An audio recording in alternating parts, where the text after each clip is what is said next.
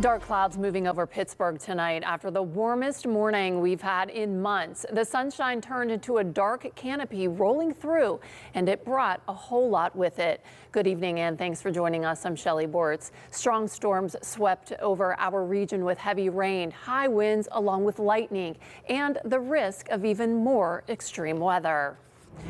For us here in Pittsburgh right now, the worst has moved through and into outlying areas of our region.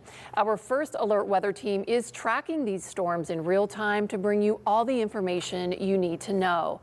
Now let's take a live look outside now over Pittsburgh. The rain has mostly tapered off, leaving us wet and a little cooler than this morning. Our entire news and weather team is covering this storm tonight. KDKA's Ricky Sayer is in Plum chasing reports of damage from this storm. But first, let's bring in First Alert meteorologist Trey Fulbright with what he's seeing right now. Trey? Well, Shelley, the tornado watch that was in effect for our area has been canceled for all of our counties, and that is because that initial line of thunderstorms and supercells that we were moving through has progressed to the east and the atmosphere has stabilized. So we're seeing some residual showers, maybe a few isolated thunder or isolated lightning strokes here or there. But I want to show you some of the storm damage reports that we've seen across our area this afternoon. Penn Hills and then the Plum. We had a very strong signature around 4:30 this afternoon of what was likely a microburst. That is an intense burst of rain-cooled air that hits the ground, causing damaging winds. And we had reports of damage in and around the Penn Hills and the Plum area. Also, multiple reports of damage here in northern portions of Beaver County around the Coppell area. Reports of siding that was blown off a home there. And then some of the newest storm reports coming out of Indiana County. Multiple reports there of wires down and along with a few trees. So if you do come across any wires that are down, treat them as live and do not go across them, as those can certainly cause problems. Look at the warmth that we saw today ahead of those storms. Temperatures reached the upper 70s. 78 in Pittsburgh broke a record high of 76 for today. Those temperatures now down into the low 60s this evening behind that rain, and we'll continue to see those temperatures hold into the low to mid 60s and will eventually fall back into the 50s overnight with a few more showers as the cold front progresses off to the east. More storms are headed our way next week. We'll show you when to expect dry time and when that next system rolls in coming up. Well, check this out. A viewer in the Renton neighborhood area of Plum sent in these pictures of storm damage in her area, with high winds bringing down tree branches and knocking out power for thousands.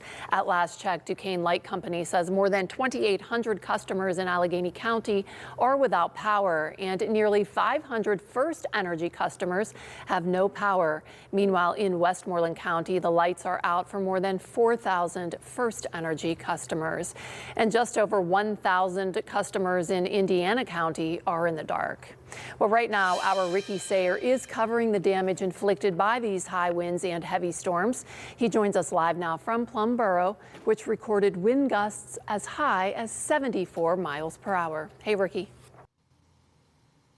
Hey, so as I look around this neighborhood, I can't see practically a single light on. That's because this entire neighborhood here in Plum, Renton to be specific, is without power, and it's not hard to understand why. We have this big pine tree behind me that is on some power lines here, really causing some issues for the people who live here as they've been trying to navigate how to get out of here to get wherever they need to go. We had a Duquesne Light crew here about, I want to say, about a half hour ago. We know overall in this area there are 2,000 people or 2,000 customers without power. That's according to that Duquesne Light map. And we know from speaking to the Duquesne Light crews here that they have been working hard to restore power. They have multiple crews at this. We also know that Renton Road, this is just down the street from us here.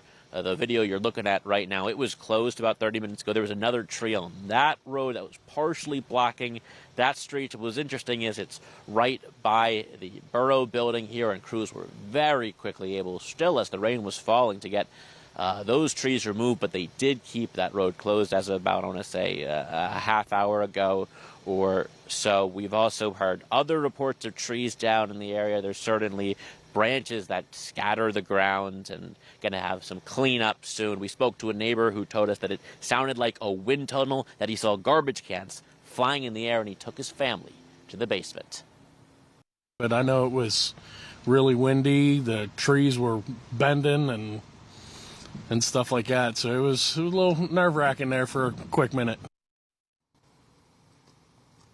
So coming back here live, we've been showing you this tree that is on these power lines. We actually had the person who lives in between or lives by this tree trying to figure out how they would get out.